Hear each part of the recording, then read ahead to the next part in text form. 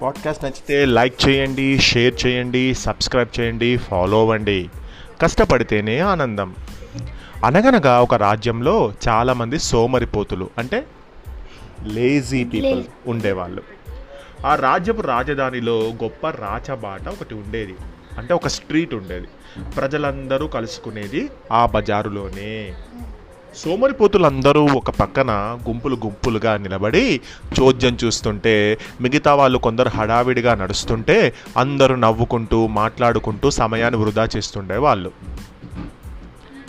ఆ రాజ్యపు రాజు పాపం చాలా మంచివాడు. తన ప్రజలు ఇట్లా సోమరిపోతులుగా ఉండడం అతనికి నచ్చేది కాదు. వాళ్ళని ఎలాగైనా సరైన దారికి తేవాలని తప్పించేవాడు. ఒకరోజు రాత్రి మారువేషం వేసుకొని ఒక చెట్టు నీడన ఊరికే కూర్చున్నాడు. తన ప్రజల్ని గమనిస్తూ అర్ధరాత్రి దాటిన తర్వాత ఎవరూ లేని సమయం చూసుకొని రహదారి మధ్యలో ఒక పెద్ద గుంత తవ్వాడు. ఆ గుంతలో బంగారం, వజ్రాలు, వైడూర్యాలు వేశాడు. దగ్గరలోనే ఉన్న ఒక పెద్ద బండరాయిని మోసుకొచ్చి ఆ గుంతను కప్పిపెట్టి తెల్లవారుజామున ఆ ప్రదేశాన్ని గమనించడం కోసం కొందరు సైనికులను వినియోగించాడు. మెల్లగా తెల్లవారింది. రాయి రోడ్డు మధ్యలో అందరికీ అడ్డంగా ఉంది. ప్రజలకు చాలా ఇబ్బందికరంగా ఉన్నది కూడాను.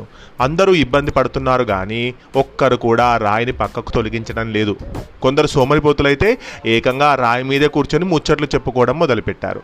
వాహనాల వాళ్ళు దాన్ని తప్పించుకొని అటు ఇటు తిరుగుతుంటూ వెళ్తున్నారు కానీ ఎవ్వరు కూడా ఆ రాయిని తీయడానికి ఆలోచన చేయడం లేదు. సాయంత్రం కావస్తున్నది. రోడ్డు మీద జనాలు గుంపులుగా మెల్లగా ఇళ్లకు కదులుతున్నారు. రాయికి దగ్గరలోనే గుగ్గిళ్ళు అమ్ముకునే ఒక ముసలి తాత ముందుకు వచ్చాడు. వచ్చి ప్రజలందరికీ ఇబ్బందికరంగా మారిన రాయిని తొలగించేందుకు అతను సిద్ధమయ్యాడు. ముసలివాడు సిద్ధమయ్యాడు. రాయి చాలా బరువుగా ఉన్నది. దాన్ని ఎత్తడం చాలా కష్టమయ్యింది. కానీ తాత ఎంతో కష్టపడి చాలా శ్రమపడి రాయిని మాత్రం ఒక పక్కకు జరిపి చూస్తే ఇంకేముంది, అందులో రాయి కింద వజ్రాలు, బంగారం దొరికాయి. అతని సంతోషం అంతా ఇంత కాదు. దీన్నంతా గమనిస్తున్న రాజభటులు ఆ సమాచారాన్ని వెంటనే రాజుకు చేరవేశారు. రాజుగారు స్వయంగా వచ్చి ముసలి తాతను అభినందించారు. 10 మందికి పనికొచ్చే పనుల్లో కష్టం ఉంటుంది. ఆ కష్టానికి భయపడకుండా ఆ పని చేస్తే ఆనందం మన సొంతం అవుతుంది.